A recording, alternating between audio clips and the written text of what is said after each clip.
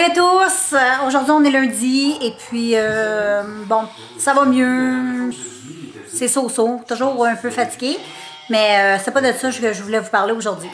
Fait que aujourd'hui pour ce vlog, j'ai dégelé mon souper et là je m'apprêtais à sortir le repas, le dîner pour mes cochons d'Inde et même je suis en retard un peu. Il est déjà 1h30 puis d'habitude je leur donne ça vers midi. Fait que je vais vous montrer ce que je leur donne. Fait que ici, j'ai leur portion de légumes pour le dîner. Fait que je leur donne du concombre, du céleri, des épinards, des tomates, toutes des choses qu'ils aiment.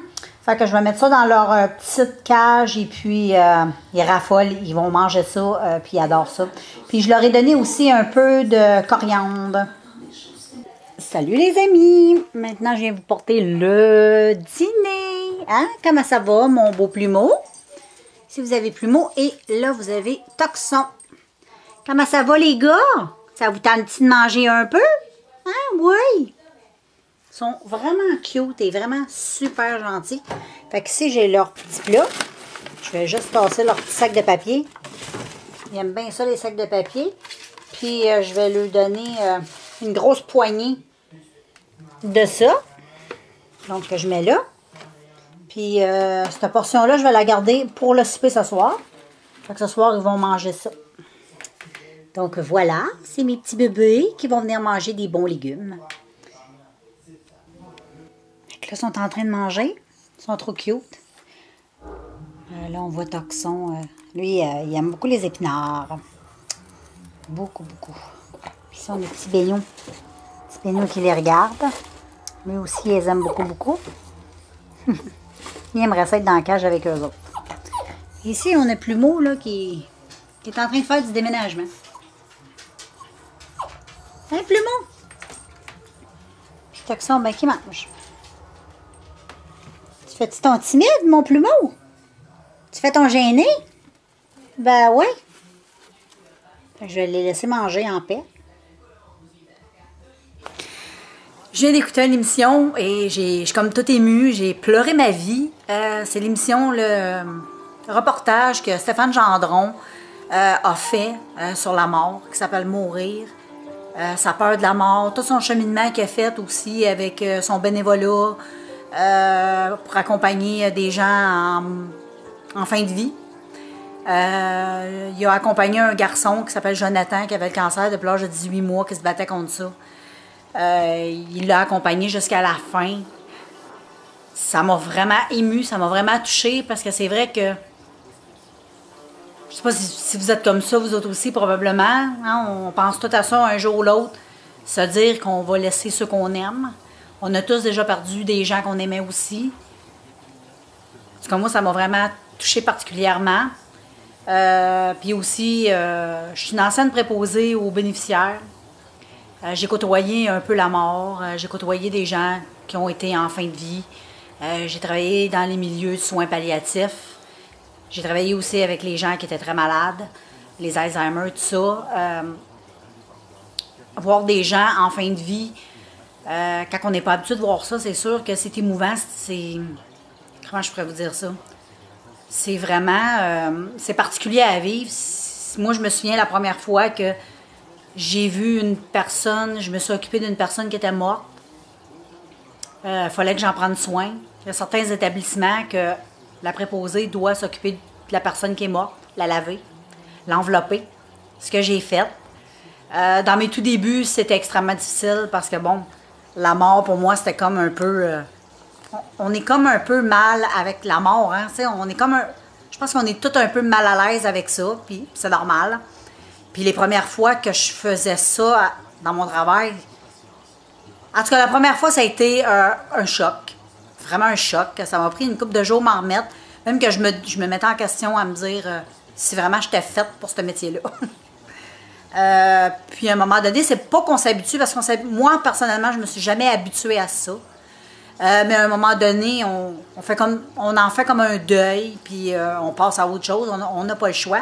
On ne peut pas s'écraser à chaque mort qu'on vit. Puis, en tout cas, si vous n'avez pas vu ce reportage-là de Stéphane Gendron, C'était vraiment hyper intéressant. Je lève mon chapeau. Et même qu'il m'a donné le goût d'aller accompagner des gens en fin de vie. Fait que je pense que cet été, je vais me pitcher là-dedans. Je vais, vu que maintenant, je suis plus préposée parce que, bon, maintenant, je peux plus. J'ai subi une grosse opération au niveau du cou. Donc, je peux plus pratiquer mon métier. Mais faire du bénévolat puis accompagner les gens en fin de vie, ça serait quelque chose qui m'intéresserait vraiment. Il a comme réveillé mon petit côté que j'ai en moi que va falloir que je réapprivoise parce que ça fait longtemps que je ne l'ai pas fait. Mais en tout cas, je trouve qu'il a livré vraiment une belle marchandise, une belle émission. Écoutez ça si vous ne l'avez pas vu. Moi, je pense que ça a joué hier, je l'ai tapé, moi. Fait que je l'ai écouté, je viens d'écouter. Donc, ça m'a beaucoup ému. C'est pour ça que j'étais un peu pochée. Je vais même vous le montrer. J'ai mon mouchoir avec moi. Parce que ça m'a vraiment ému. Puis, je suis une personne qu'avec ces choses-là, ça me touche la mort. Ça me touche de perdre des gens qu'on aime. Puis, ça me touche aussi, comme lui il dit dans l'émission, de savoir qu'un jour, moi, je vais partir. En quelles conditions aussi, en tout cas. Fait que je vais me remettre un peu de mes émotions. Puis, je vais revenir un peu plus tard, les filles. Puis, les gars. Benou, il est couché dans son lit. Il est paresseux, Benou. Hein? T'es paresseux, Benou? Tu fais dodo? Ben oui. Comme sa maîtresse, il est fatigué. Ça doit être parce que je suis endormante. T'es donc bien beau! Il a tous ses toutous avec lui. Il est trop cute. T'es pas mal cute, mon bébé. Moi, je t'aime. Wouhou! Là, c'est du Guitar Hero qu'on joue à soir. Nous nous amusons comme des fous.